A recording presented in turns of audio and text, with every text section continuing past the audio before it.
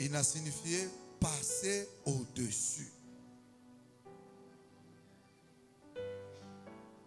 Est-ce que vous avez ça? Quand on a dit ce mot d'abord Pâques, il a signifié passer au-dessus.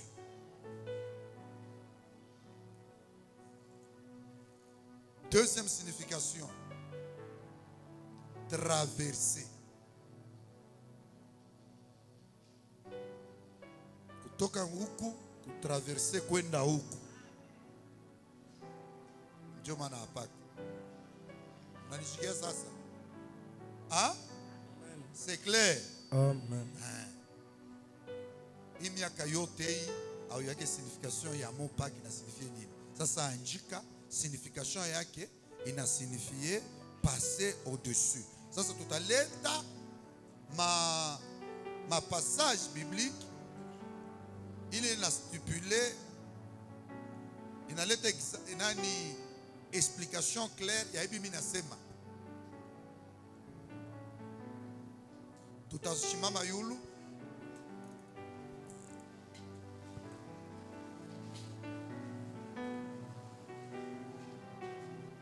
Exode chapitre 12, le verset 11. Nous sommes dans le livret d'Exode chapitre 12, le verset 11. Nous lisons au nom du Seigneur Jésus. Quand vous les mangerez, vous aurez vos reins sains, vos souliers aux pieds et votre bâton à la main. Et vous les mangerez à la hâte. C'est la Pâque de l'Éternel. Amen. 12. Cette nuit-là, je passerai dans le pays d'Égypte et je frapperai tout le premier-né du pays d'Égypte, depuis les hommes jusqu'aux animaux, et j'exercerai des jugements contre tout le Dieu de l'Égypte. Je suis l'Éternel. Que Dieu vous bénisse. Amen. Maintenant, j'explique d'une façon approfondie, je me comprends. Israël est comme Mobutu, moi. Il y a des Égyptiens. Je vais expliquer pendant 10 minutes qui sont en vivre du juillet, hier tu allais. Israël est comme Mobutu. Mungu anamlamusha Moïse kwenda kulibere Israël. Mungu a utilisé ma méthode yote juu ya kulibere Israël au travers ya masini ya miracle. Banageuza mai inakuwa damu, banchao banatoka, biote bile barifanya. Pharaon ashikubalibere, ashikuachire Israël. Mais Mungu anamwonyesha sema atabacha par ma main puissante. Maintenant je suis en train d'expliquer. Dieu Mungu anamwonyesha Moïse sema cette fois-ci, malgré la katala, mimi utiliser méthode moya.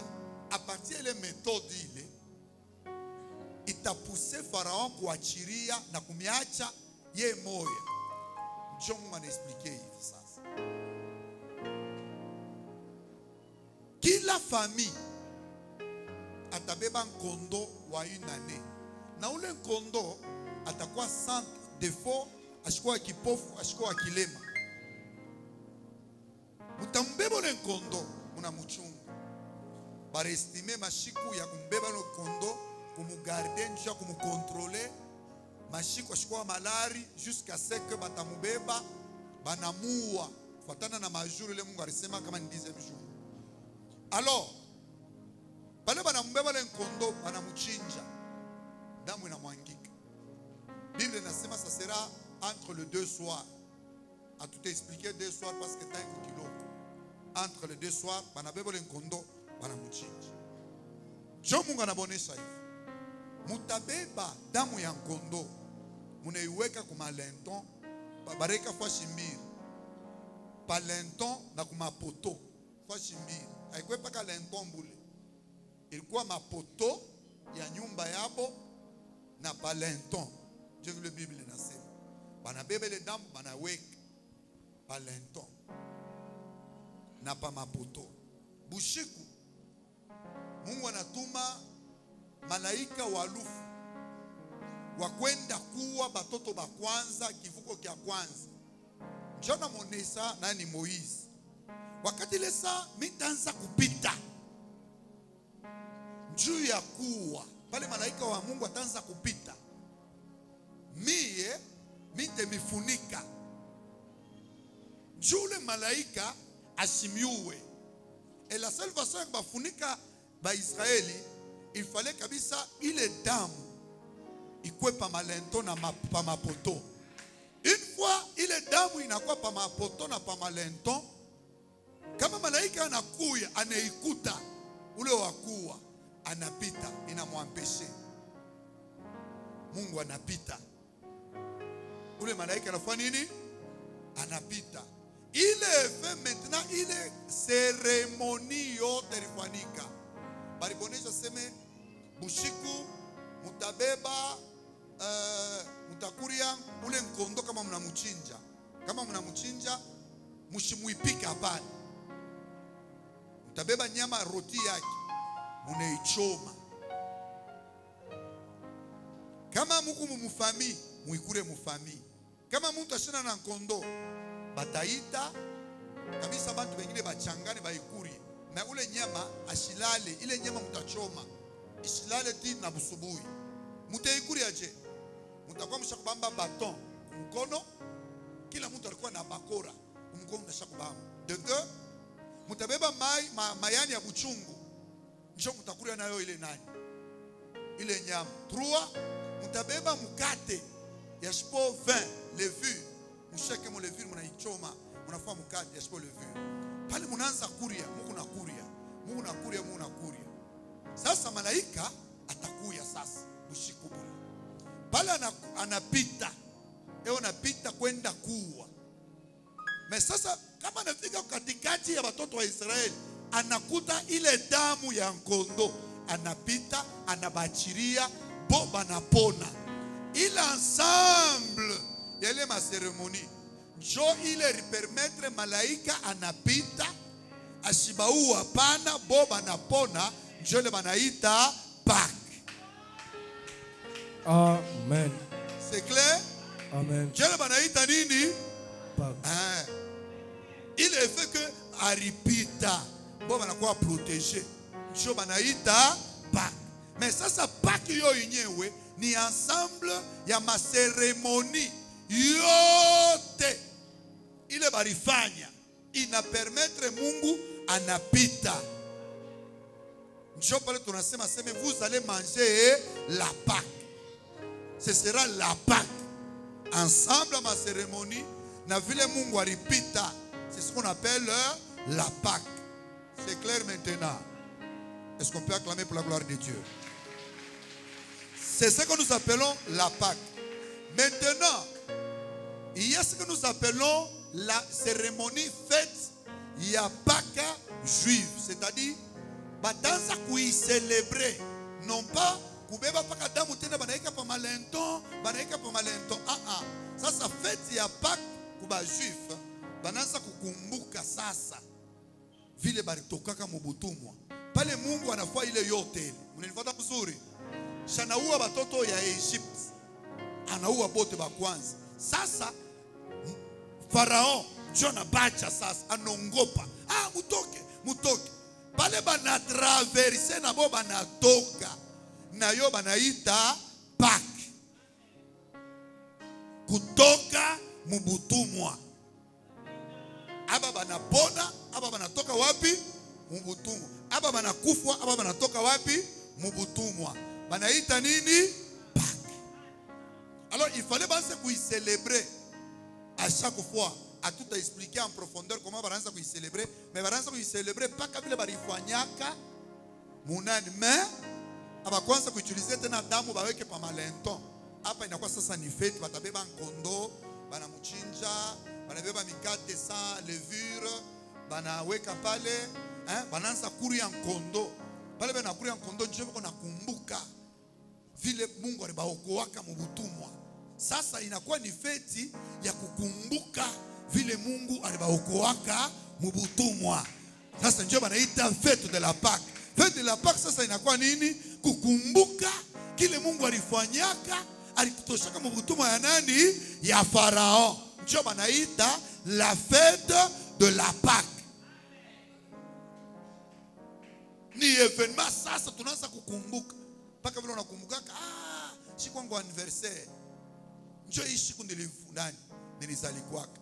Na maana yake Pâques na yo sasa fête de Pâques ukumbusho sasa ya vile batoto Israël balitoka kama mutumwa. Sasa c'est la fête juive. Maintenant, fête ya Pâques ya ba chrétien ni nini? Je vais me l'expliquer. C'est la mort de Jésus. La mort de quoi? De Jésus. La mort de Jésus. C'est ce qui signifie aussi Pâques. La mort de Jésus. Parce que pourquoi la mort de Jésus? Parce qu'il a été immolé.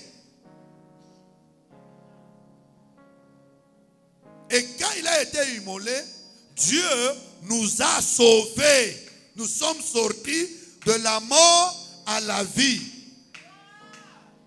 Pas que l'Israël aritokaka mubutumwa ba Égyptien anakuya libre, mais ashengie mukana anakuwa njo libéré, mais ashengie mukana.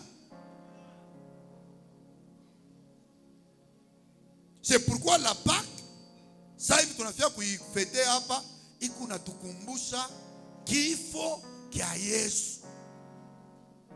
Souffrance le Yesu ariteswa. C'est ça la Pâques. On acclame pour la gloire de Dieu. Maintenant, quel est le rôle? Pourquoi rikufuia? Je ne tunafia kufunda na mwe hapa. Et pourquoi barua batoto kabisa barua mwana kondo haina ne? Je ne tunafia kufunda dans 30 minutes na niche message. Question. Tunaanza na mama Chantal. Yesu barimuia juu ya nini? Alikufua juu ya nini?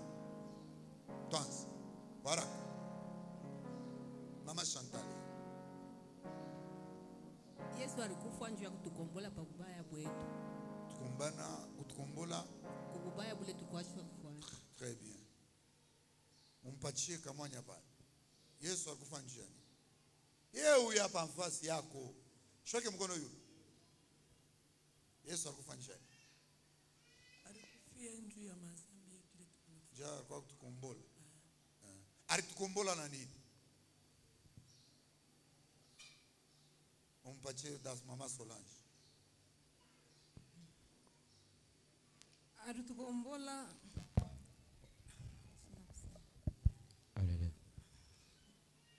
Alitukombola pale alikufa kumsalabani.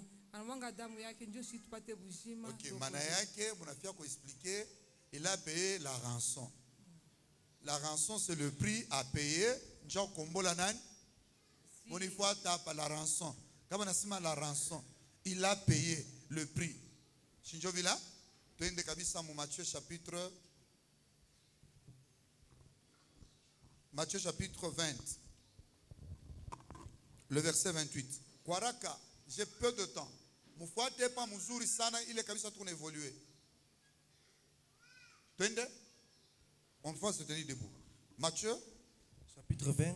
Le verset 28. Verset 28. Nous lisons notre Seigneur. Tutashimama yulu.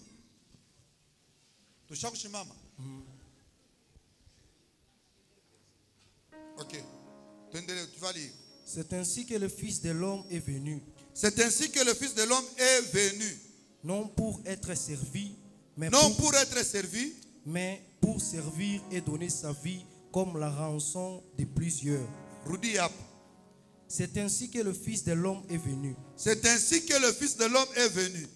Pour être servi. Pour être servi. Mais servi et donner sa vie comme la rançon. Donner sa vie comme la rançon de plusieurs. La rançon de plusieurs. Maintenant je pose la question. Rançon ni pia payer. Maana yake munifuate mzuri. Mtu moya eko mukasho. Banenda kumuripia. Ndeni, par exemple, ulikombana na muntu. Loi inasema vile ulikombana unampika kintu kukichwa, rindo kabisa rinche linavimba, banakuwa banakubamba. Banakuweka mukasho. Banakuweka mukasho. Njoo ya wewe kutoka mukasho, il faut uripe. Uripe ndeni, uripe. Kama unaisha kuripa, sote kuna ndenya wenyewe. Wandenya anakuwa anakubambisha, anakuweka mukasho. Njoo wewe kutoka mkasho, il faut uripe nini? Il faut uripa makuta. Njoo wanafanya nini? Sasa ile ransom Yesu alilipa kwa nani? Ile ndeni ile alilipa kwa nani? Leta mikro. Mpatie wewe. Ile ransom sasa. Shini ndeni Yesu alikuwa kutulipia. Shinjo tunasema alikuwa kutulipia nini? Ndeni. Ndeni shinjo nye ransom. Maana yake unaripa, wanakulipia, njoo unafanya nini? Unatoka. Sasa alilipa kwa nani? Njoo batutoshe. Alilipa kwa shetani. Alilipa kwa shetani. Okay, mwingine? Alilipa kwa Mungu. Mwingine? Alilipa kwa Mungu. Alilipa kwa mwingine? Alilipa kwa Mungu. Alilipa kwa Mungu. Alilipa shipoto tusema alilipa kwa Mungu. Alilipa kwa Mungu. Asikulipe kwa shetani hapana. Muntu ashikwe na ndeni ya shetani. Alilipa njo kwa Mungu. Jele mnafia kuexpliquer sasa. Yesu asikwende kumlipa shetani. Parce que Yesu asikwe na si benyewe atukwe na ndeni ya shetani. Sisa. Tulitenda njo zambi. Njo Mungu anetufukusha. Zambi yetu inaenda kutupeleka shie kulufu. Mumfuate mzuri. Biblia inasema hivi. L'âme qui pêche, c'est l'âme qui mourra. L'âme qui pêche, c'est l'âme qui fait quoi? Qui mourra. Pale muntu anatenda zambi. Kuku bintu biwili bila niliexpliquer la fois passée. Il y a ce que nous appelons la justice et l'amour de Dieu. Quand on parle de la justice, on voit les lois. Usifanye hiki, usifanye hiki. Kama unafanya hiki, mambo fulani nitakufikia. Kama unafanya hiki, mambo fulani nitakufikia. Au fanye hiki, utakuya hivi. Maintenant, Dieu, banamuita, il est juste. Comme il est juste, anapasha kutumika na sheria, na masheria. C'est pourquoi il est sana mweka muntu mushamba la Edeni. Paye muntu kuikala en relation pamo na Mungu. Dieu Mungu akwa en relation naye. Bako muhusiano. Il fallait kukwe ma condition. Na ile ma condition, ile Mungu alimwekea muntu, nju aishi milele ashikufwe, tunaita alliance. Tuseme alliance. Alliance. Maintenant, alliance ni nini? Alliance ni accord entre bantu bawiri. Par exemple, tunasema tutatumika mimi naye. Je tunaanza tutatumika je? Mon cher, tutatumika hivi na hivi na hivi. Wewe utaanza kuya ni 6h du matin, mimi mtaanza kufanya hivi. Kama tunapata makuta ni kupartager ndio. Mais kama una rompre atupartager una nini nani? Mie na wewe tunafanya nini? Tunaachana. Tunabeba accord. Okay, uko na ngapo? Mimi kuna $200. Bon, mimi una 600. Bon, mimi ndio mtaanza kupata ya mingi. Okay, tunabeba maakoro ndio tutumike pamoja. Okay, a partir ya maakoro tunapatana naye, ndio nitunganisha mimi naye. Les accords, c'est ce qu'on appelle l'alliance. Ndio tu parler kwa alliance. Kuku maelema ile tunaita constitutif, c'est-à-dire il est kabisa ina réunir alliance. Un, juu kukua alliance, il faut kukue bantu. Les personnes qui doivent conclure l'alliance. Deux, il faut kukue ma exigence. Ma exigence ni makanuni. Il est bata posé pale. Trois, ma promesse il est bata fanya.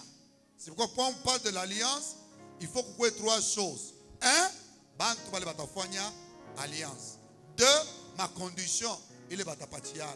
Trois, ma promesse après. Njo kuna kwa alliance. C'est pourquoi mushamba la Edeni, Mungu njo akwe panao na muntu, il fallait bakwe nae mu alliance. Na alliance ilikuwa ya je? entre mi Mungu shie na Mungu. Ni Mungu ndio anatuletea ma condition. Mimi silete condition. Mais alliance entre bantu bawili, huyu atakuwa na ma condition yake, huyu na mimi na yake. Mais kama tunafia kufanya alliance, Mungu anafia kufanya alliance na shie. Ni yeye Mungu ndio anatupatia ma condition. Utafanya hivi, utafanya hivi. Tunaleta example ya munani mshamba la Edeni. Ma condition kani Mungu anampatia mtu, anamuonesha ushikure wapi? Kuntum promesse. Kama unakula utafanya nini? Utakufa. Mais kama shikure utafanya nini? Asitakufa. Okay. Ile condition ndio tunaita exigence. Promesse mwile exigence ni kama shikurie asitakufa, ataishi milele. C'est-à-dire ni mtu yeye moya ndio atachunga sasa bushima bwake. Yeye Mungu ashakumupatia hapo. Parce que ni yeye sasa ndio atebuchunga. Amen. Na namna buchunge bule bushima, Mungu anamuonesha ma condition ya kuchunga bushima. Ushikure kuimu chonashiki ndio. Kama ukuri au utakufa. Ile condition ile iko kabisa appuyer na promesse. Ndio tunaita alliance. Awene kuishi na Mungu bila alliance. Jamais. Awene kutumika na Mungu bila alliance, bila ma condition, impossible. Ata mundoa atone kuikala mimi na bibi yangu bila ma condition. Kama na rempli ma condition, ndio tunekala. Kama na brise ma condition, atutekala naye. Par exemple, mon alliance ya mariage. Condition est quoi? Moi je dois l'aimer. Elle doit se soumettre. De deux. La femme ashene kupenda mwanaume mwingine. Ndio vile. Ah? Amen. Ashene kupenda mwanaume nini? Mwingine. Ni condition ya mie ye na mie tuikale. Kama nenda utafuta mwanamke e mwanaume mwingine, ile mapendo entre mimi na yeye inafanya nini? Inaishi. Mais tanke asipende mwanaume mwingine tukupaka naye, tutaendelea. Mais kama navunja alliance, c'est-à-dire ma exigence, ile inatunganisha mimi naye, bukari mnafanya nini? Njoo pamoja na Mungu. Kuko bila bine tupatanisha shie na Mungu. Au moment tuko naye pamoja, tuko na iremplir directement, tuko naye pamoja. Kama tunaibriser, tunakuwa séparé naye. C'est clair? C'est clair? OK. Je descends vite. Il est sa monde, on a brisé alliance. Directement, Mungu anamfukusha lufu lingia ndani mwake. Shetani anamurécupérer, shana kwa esclave. Parce que pourquoi on a quoi esclave? Parce que le diable et l'homme a obéi. Bible inasema vous êtes esclaves kwa ule muntu muko na obéir. Soit de Dieu, soit du diable. C'est pourquoi mudunia hakuna muntu connaître. Soit uko esclave wa shetani, unamtumikia. Soit uko esclave wa bantu, unamtumikia. Soit uko esclave wa Mungu. Hakuna ule muntu connaître. Soit ule wote ewe unamshikia shetani, na bila yote shetani unamonesha uko esclave wake. Njoo toke mu esclavagisme à Satan, tu dois écouter Dieu. Aone kwanza kumshikia tena shetani. Alors tu n'es plus esclave du diable, tu es maintenant libre. Maintenant, il alimfukusha muntu mushamba la Edeni. Nani alimfukushaka muntu? Nani alimfukushaka? Ah? Nani alimfukushaka muntu? Nani mwandamaka muntu?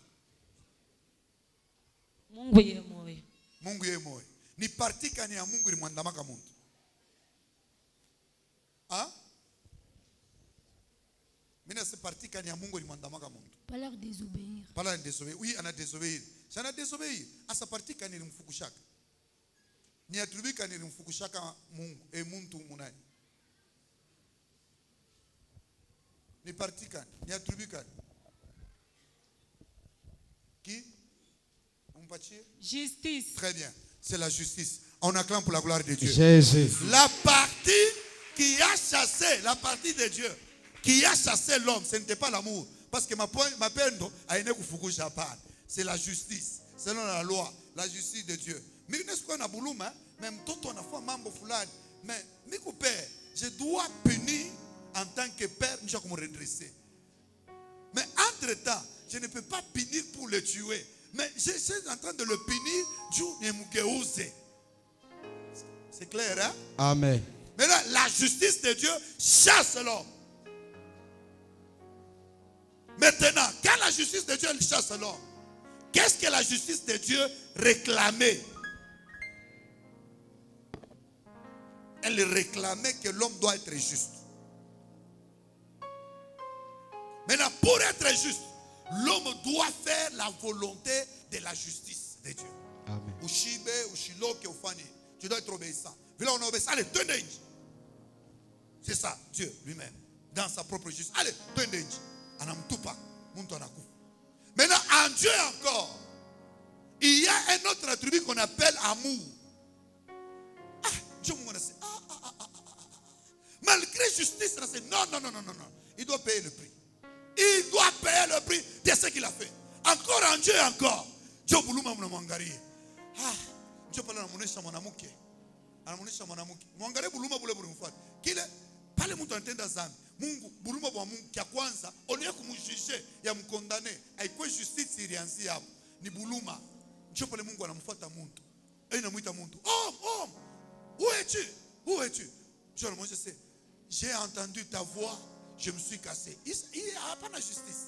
D'abord c'est l'amour. Pourquoi tu as fait ça? Qui t'a appris que tu es nu?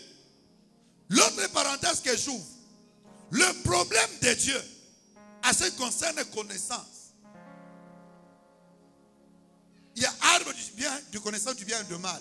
Il ne fallait pas que le diable a enseigné du monde à découvrir le bien et le mal. Il ne fallait pas cette connaissance. Il y a muntu ya kuyua buzuri na bubaya. Itokee kwa nani? Kwa shetani. Parce que Satan mon échappe. Le jour où tu en mangeras, tu connaîtras le bien et quoi? Hein? Le mal. Pas la rikuri ya riyua shikuyue. Ariwa. Maintenant, il a connaissance. Ya kuyua bubaya na buzuri. Il ne fallait pas. Il a connaissance. Itokee kwa shetani. Amen. Yes. Il fallait Mungu ye mwenye mu révéler buzuri na bubaya.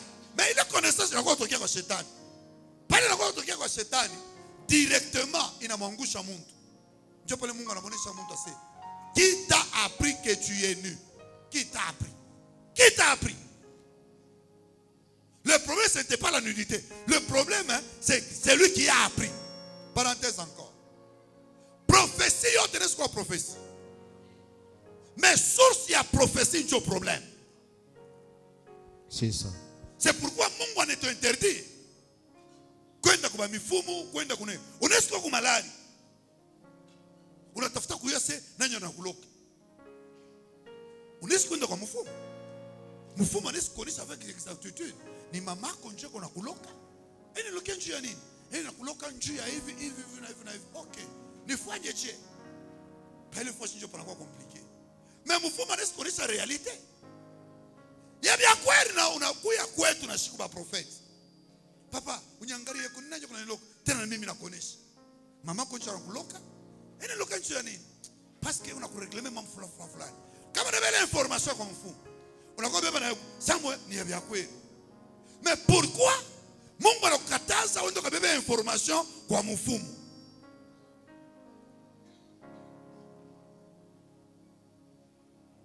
Parce que Dieu lui anapenda kwa source ya connaissance yote kunatafuta. Amen. Parce que ma source yote yes, unaweza kuipata, mais source ya kwa shetani haitakupatia bujime, itakupatia lufu. Amen. Kwa bale bote wanaendaka kubeba source ya kwa shetani bayue mambo yote abaponake hapana. Bale bote bako malari balinaseme bapone abaponaki hapana. Amen. Banendaka beko na kufwa. Amen. C'est pourquoi Mungu anamonesha mtu qui t'a appris que tu es Ni.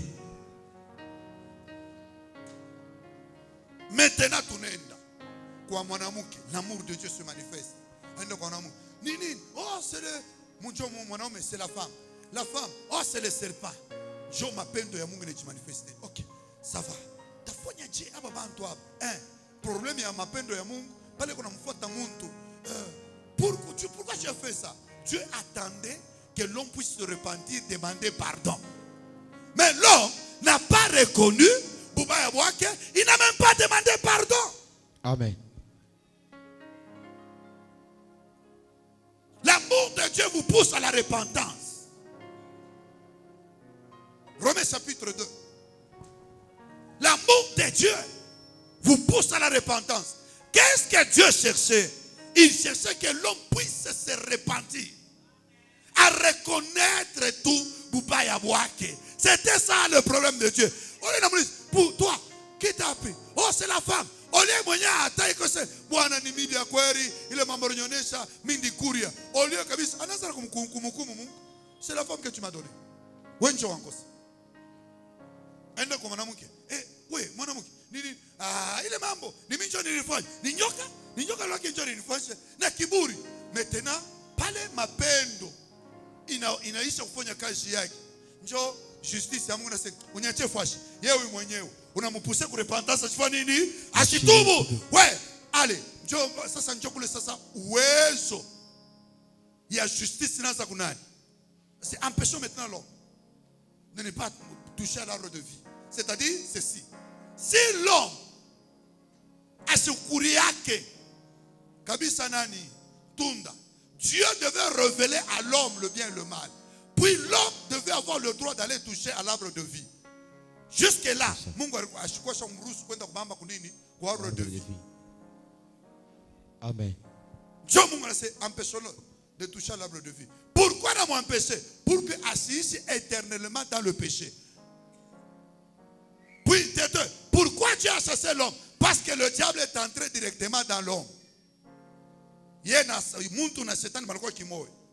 Pourquoi que Dieu l'a chassé encore? Parce que quand les démons sont entrés dans l'homme, directement, les démons, vous voyez, Mungu sharba condamné, abata ici tena milele. Il faut bakufo mumoto. Maintenant, baningia ndani ya mundu.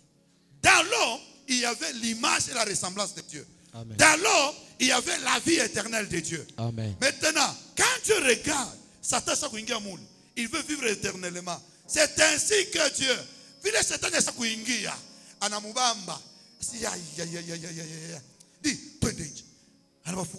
empêchons à l'homme de ne pas toucher à l'arbre de vie, de ne pas manger, pour qu'il ne puisse pas vivre éternellement. Pourquoi? Dernier monde, mon quoi Satan, Dieu le m'a démon, n'a ma esprit impur, il est le condamné moi. Parce que Satan aussi cherchait comment vivre aussi éternellement. Or, vie le monde quoi chaque placé, qu'on appelle la vie Zoé, c'est la vie de Dieu. Il condamne un monde. Dieu m'a dit, tu vas mourir. Naoula n'a tu vas mourir. Maintenant, c'est qui? C'est la justice de Dieu. Et maintenant, il fallait que l'homme paye. Maintenant, comment l'homme doit payer? Comment l'homme doit payer? Je crois qu'on a quoi loi à Moïse. Avant de parler, Kabisa, Moussimel Minda Sumburia n'a moyen sur l'alliance abrahamique. Mais à Paléo, pourquoi la loi de Moïse est venue?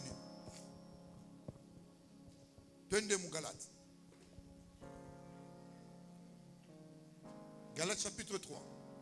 Baraka, il me reste quelques Galate chapitre 3. minutes.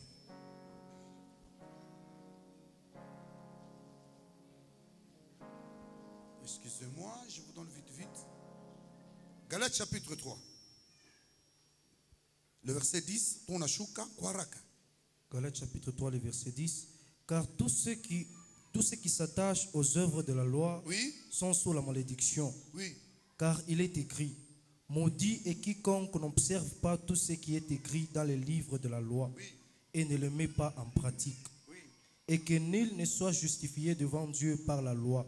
Cela est évident, puisqu'il est dit, le juste vivra par la foi.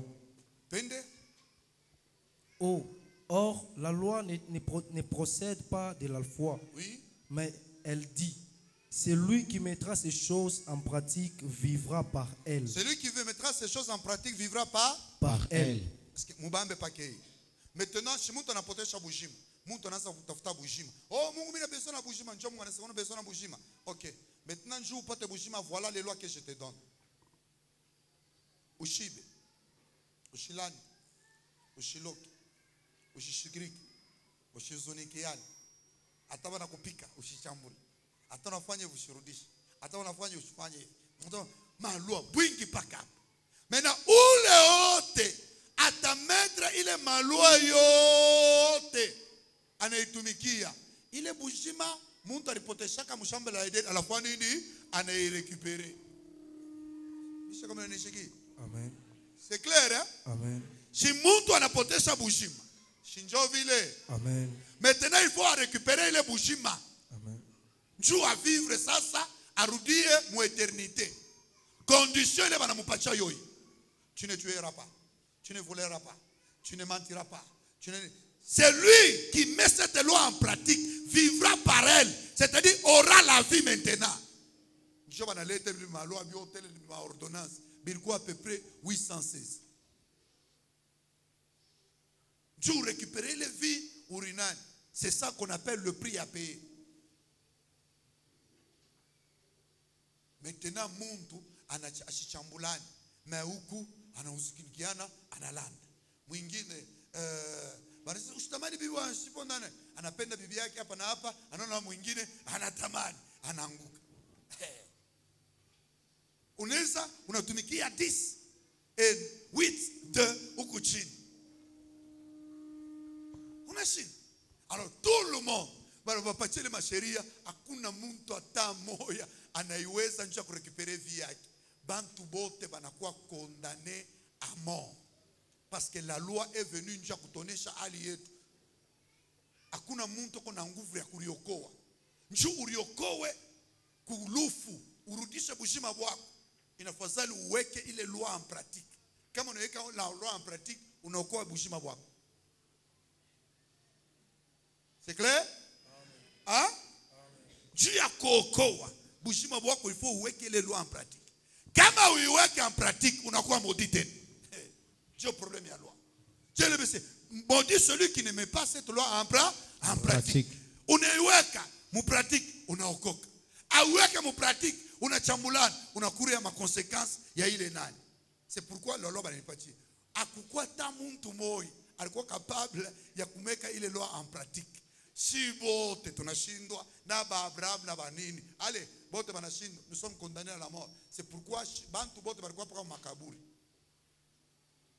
Sasa Mungu atafuaje? Aba bo benye aba. Mina bapatia ma condition. Mimi expliquer sur l'alliance, là bapatia ma condition. Bana shinda kupata kufanya ma condition, njoo manafsi yabe okuki. Maintenant, il y a ce que nous appelons l'alliance de rédemption. L'alliance de rédemption ni nini? C'est Dieu maintenant par son amour. Il cherche comment nous sauver. Or, pour nous sauver, il faut payer le prix. Il y a où le monde est comme prison. Il faut payer le prix. Dieu l'a dit à rançon. Comment payer le prix? Mon pensée à Mungu, Dieu prend à nous organiser. J'aurais enseigné au cours de la semaine, même pour retenir pas comme il a peine d'observer. Mungu est mon plan que Dieu a tant aimé le monde. Il a donné son Fils unique afin que quiconque croit en lui ne périsse pas. Maintenant, le Christ, maintenant, il est venu dans la chair. En tout cas, kumbingu, Dieu, anazali quoi? Pardonner. Alors, quoi kuzali quoi pardonner? Dieu a fait nini? Dieu a kutukombo. Kutukombo la Dieu. Il fallait qu'il paye le prix. Comment payer le prix? Il fallait d'abord récupérer la vie qu'on avait perdue. Comment récupérer cette vie? Loi inasema pour récupérer la vie, il faut mettre la loi en pratique. John anazali kwa na yeye. Anazali. Anaanza kuweka malwa yote en pratique. Ile yote Moïse alisemaka. Et tout ce que le prophète a dit. Ushibe, Yesu ashibe. Ushilande, ashilande. Ushiloka ashikulokaki. Ushifani. Maana yake mwile 30 ans yote ya vie yake, il a mis la loi en pratique. Dieu anasema, je ne suis pas venu abolir la loi, mais je suis venu l'accomplir. Yes. Amen. Je suis venu faire quoi? Accomplir la loi. Accomplir la loi. C'est que la loi demandait aux hommes, Juba shikufwe, Juba récupérer bushima waki. Akukwe muntu ari accomplir. Lui n'est pas venu abolir. Aijimishe. Non. Barisema mushibe, aba hivi vitu vyote. Hapana. Ashikuwa kubishimisha vyote vile. Alikuwa kubi accomplir. Comment accomplir? Kubitimiza. Vile lori sema, muntu ashiloka ashikuloki. Ushilanda ashikulandaki. Uchinje kondo alichinja kondo. Ufanye vyote anibitimiza. Pala anibitimiza. Njoo anakuwa na droit sasa ya kuingia mu ministère ya salut des âmes. Njoo unaona 30 ans. Il est 30 ans. Ya Christi. Njoo nenesha sasa. Parce que chaque fois charpentier. Njoo vile? Amen. Shumnaye bakaja bantu mikono ba menisier. Kaja bonini? Bongo. Hein? Paka bongo. Bakutirie? Kulakana ba mingi sana. Ba réparateur. Joto shisema. Shimno. Alors, beaucoup il est naye sasa Mungu anamutuma kwa charpentier. Kama nalaka aseme pita kesho. Pita kesho 16h. 16h kama unapita ashakusha kitu yake unakibeba. Amen. Oui, il devait prouver qu'il était Dieu. Amen. Pita kesho miku nakuya midi pile. Midi pile à chaque fois nini? À chaque fois. J'ai la Bible nasema il devait vivre comme nous. Ba mupime mu mambo yote. Bali mutumia tu ba jeune fille. Bali mutumia ba mama bali mujaribu. Bali mujaribu mu mambo yote ba kumapika lupi ashikonguka ke mu busharati ni kutamani. Maintenant où le monde tout ça il accomplit ce que nous appelons la loi, que la loi exigeait pour avoir la vie. Amen. J'en ai accompli yo. J'en ai dans mon ministère. Avant inge mon ministère, il faut ba mujaribu vile nani shetani alimujaribu waka muntu mshamba la Edeni. Ana mujaribu mubyote. Yesu anaweza. Njoo anatambuka mpaka sasa ya kwa kukombana kufukuza mademo. Ile autorité ya kufukuza mademo aliipata je parce que anapita mu majaribu anamushinda shetani inamupatia autorité ya kufukuza mademo. C'est clair? Amen. Je termine et je conclue.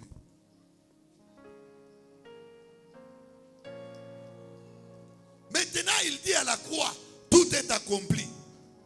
Il a achevé l'œuvre, ce que la loi disait. Quand la loi disait, celui qui mettra cette loi en pratique vivra par elle. Maintenant, comme on accomplit la loi, chaque alliance, il y a combien de choses? 3 choses. Il y a la partie Bantu, puis les conditions à remplir. Après les conditions à remplir, il y a quoi? Les promesses. Il y a quoi? Les promesses. Quand on est rempli, maintenant, promesse c'est la vie. Maintenant, pas les Yesu on a rempli les conditions et la loi. Promesse il est barilaka, mon alliance et la loi, ni vie. C'est pourquoi il a récupéré la vie aussi. C'est clair? Amen. Il a compris, il a récupéré la vie. Quand il récupère la vie maintenant, il dit maintenant, il doit donner cette vie-là aux hommes. Pourquoi il donne la vie? J'explique mon foi tape. Jean chapitre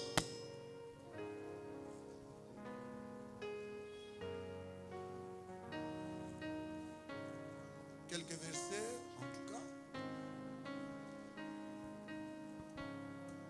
Jean chapitre 15. Tu me lis le verset 13. Jean 15, Oui, tu 13. vas lire aussi. Quelqu'un d'autre va nous préparer 1 Pierre chapitre 1 le verset 18. Kwaraka, je termine mon Jean message. 15, 13. Oui. Il n'y a pas de plus grand amour que de donner sa vie pour ses amis. Il n'y a pas de plus grand amour que de donner sa vie à ses amis. Maintenant, il y a ce que nous appelons le prix à repayer. Il y a la rançon. Prix à payer.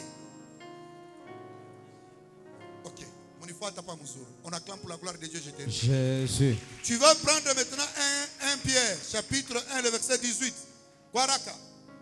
Lis-nous ça. Sachant que ce n'est pas par des choses périssables, Oui, par de l'argent ou de l'or, oui. que vous avez été rachetés de la vaine manière de vivre que vous avez hérité de vos pères, Oui. mais par le sang précieux de Par le Christ, sang précieux de Christ, précieux. comme d'un agneau sans défaut, Sans et défaut, tache. sans tâche.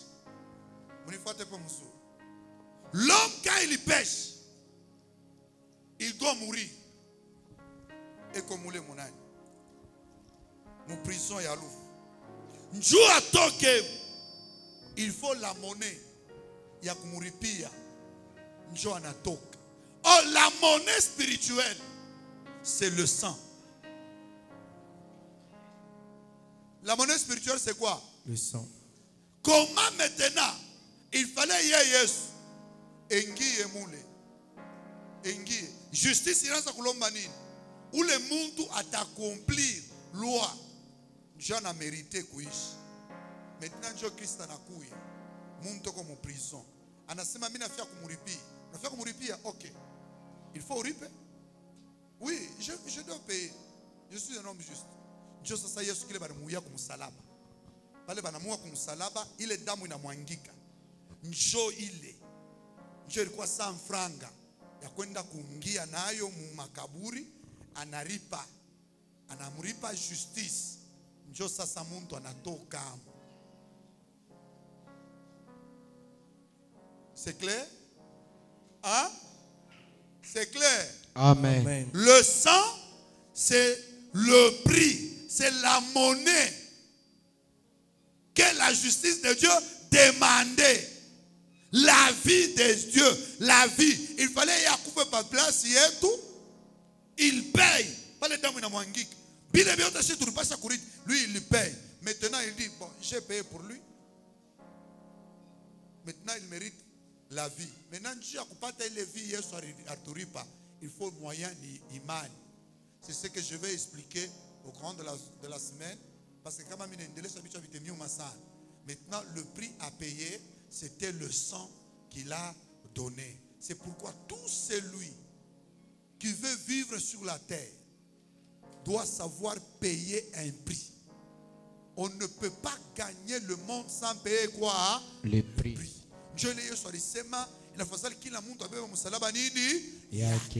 Maintenant, la Sainte Seine. Maintenant, la Sainte Seine, c'est quoi? Ni ukumbusho sasa. Ya ile Yesu alipaye prix. Yetu quand tunafika hapa, maana yake tunakumbuka ke shie bantu na nguvu yetu tulishindwa kuchokoa. Mais il y a quelqu'un qui a versé son sang. Pour nous, il a payé le prix du rachat, qui est la rançon.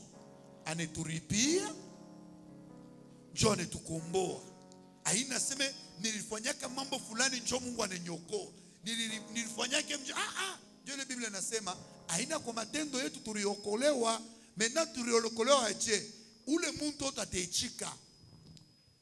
Yesu shanabeba ile damu yake. Shinjo na kwa tupreva. Mimi kuripia ndeni. Shuko mu prison. Ase, washinjo mu prison. Bana kwa kuonesha se. Unawe mu prison.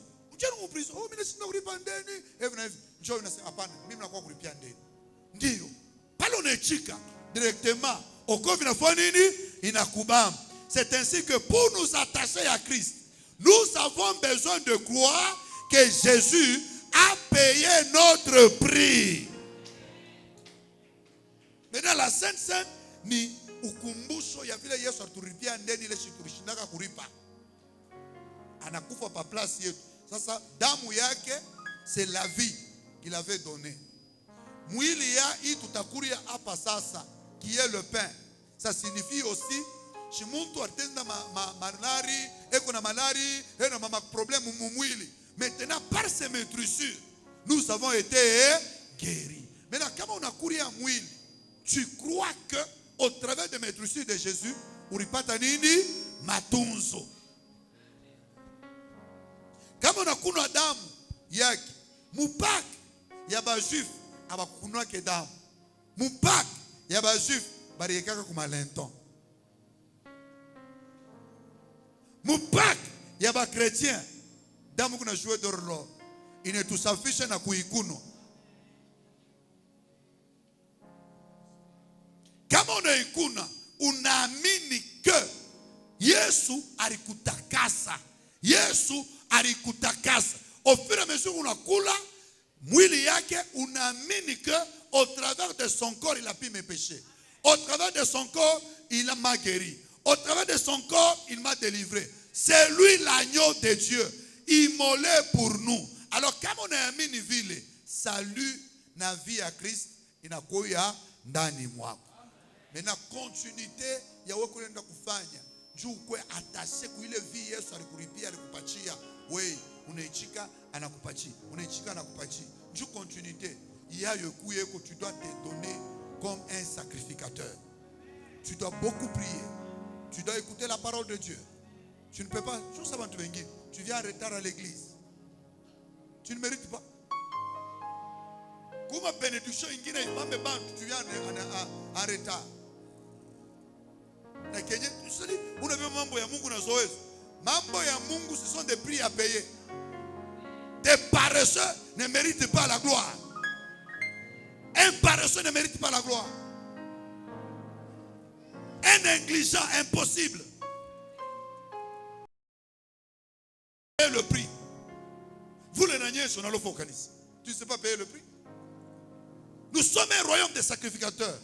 Nous devons savoir nous donner. Si Jésus a payé le prix, nous aussi nous devons savoir payer le prix. Kama mtu ananyanyuliwa sana, yuko kusema aliteswa sana.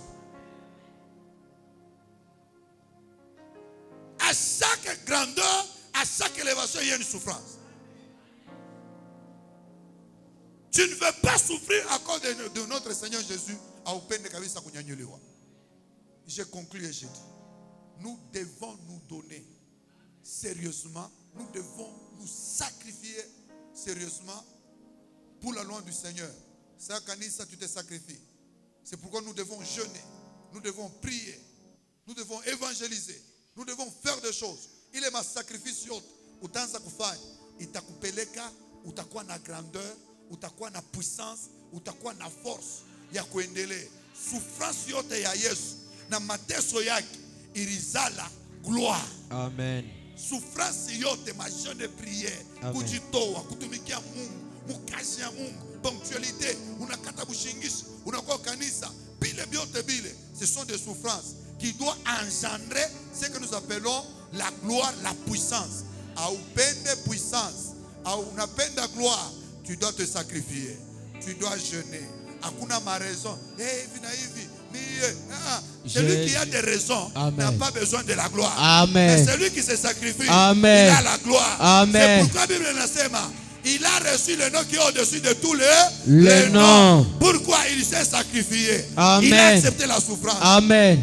Dieu bénisse sa parole. Jésus. Amen. Amen. Amen. Amen. Amen. Je sais jusque-là, vous n'avez pas encore compris, mais vous allez comprendre au fur et à mesure.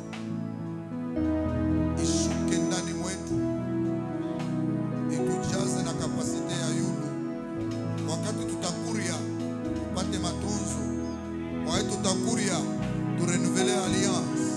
Wakati tutakula, Mungu a renouveler ministère, a renouveler mazawadi. Amen. A renouveler puissance ndani mwetu. Pika mikono, nous prions. Son nom est élevé au-dessus de tous les noms. Jésus l'agneau, de Dieu, qui ôte mes péchés, Son nom est élevé, au-dessus de tous les noms. Oh oui, l'agneau de Dieu, qui ôte mes péchés, oh oui, son sang parlait, plus fort pour mon salut. L'agneau de Dieu, Jésus, l'agneau de Dieu, l'agneau sans tâche. Ton asema ombe, tu ne pries pas. renouvelle l'alliance. Unaonesha Mungu, le sang de Jésus c'est le sang de l'alliance. Kama alliance ya famille unakufuata yanguke leo. Kama alliance ya madémon, il y a tout ce qu'on appelle alliance. Na madémon, na bitu yote bibaya. Yanguke. Aujourd'hui nous voulons entrer dans l'alliance avec le Seigneur.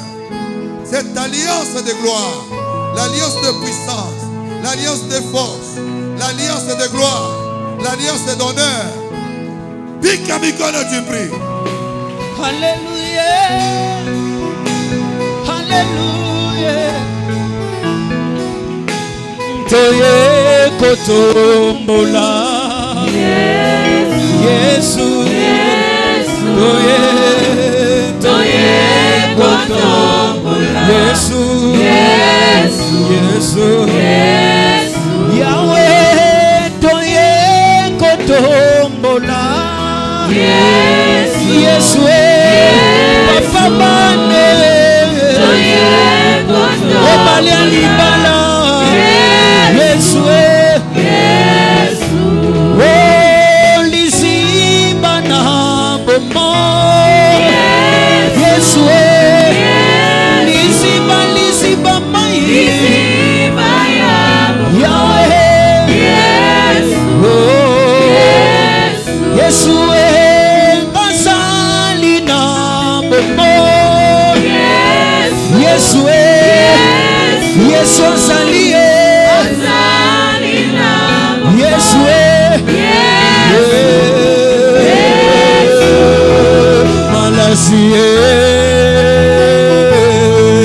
Malasia ngayango.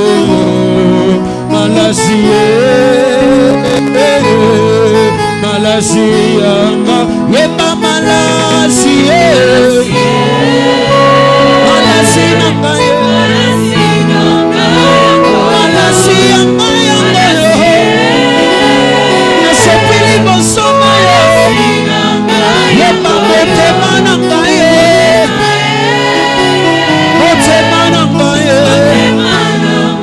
Yesu motema na ngaye.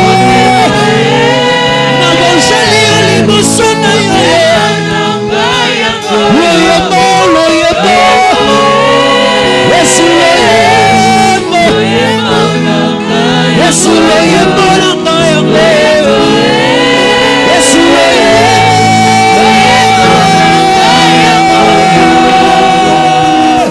Alléluia, Hosanna. Alléluia, Hosanna. Yemba Alléluia. Alléluia, Hosanna. Jésus, Alléluia. Alléluia, Hosanna. Jésus m'a sauvé. Alléluia, Hosanna. Il a payé le prix. Alléluia, Hosanna. Il m'a donné sa vie. Alléluia, Hosanna. Alléluia. Alléluia, Hosanna. Alléluia. Alléluia, Hosanna. Alléluia. Alléluia, Hosanna. Alléluia. Alléluia, Hosanna. Alléluia, Hosanna. Alléluia, Hosanna. Alléluia, Hosanna. Hosanna na Yesu. Alléluia, Hosanna. Hosanna na Yesu. Alléluia, Hosanna. Obali alibala seku. Alléluia, Hosanna.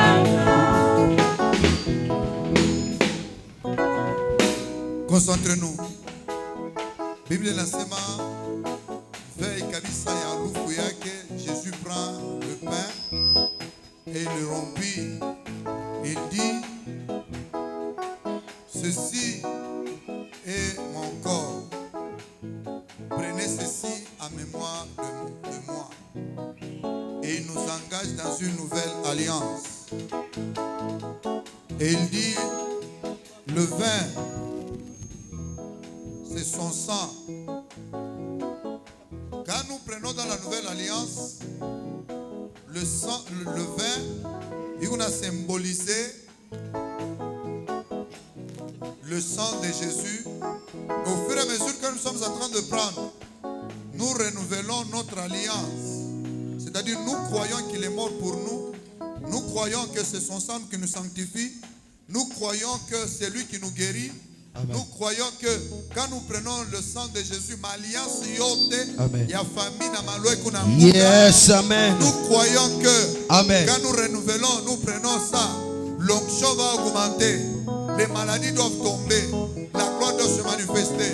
Amen. C'est ce que nous croyons selon les Écritures. Yes, amen.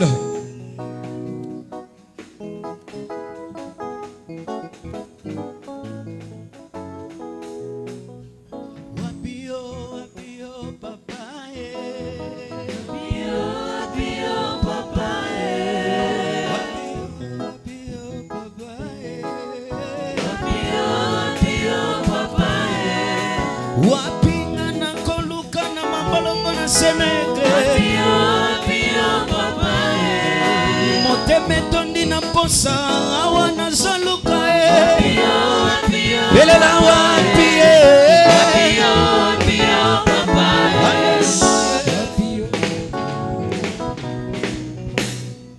Ton ancien avale va serviteur bote barala pa karibu. Alléluia. Alléluia.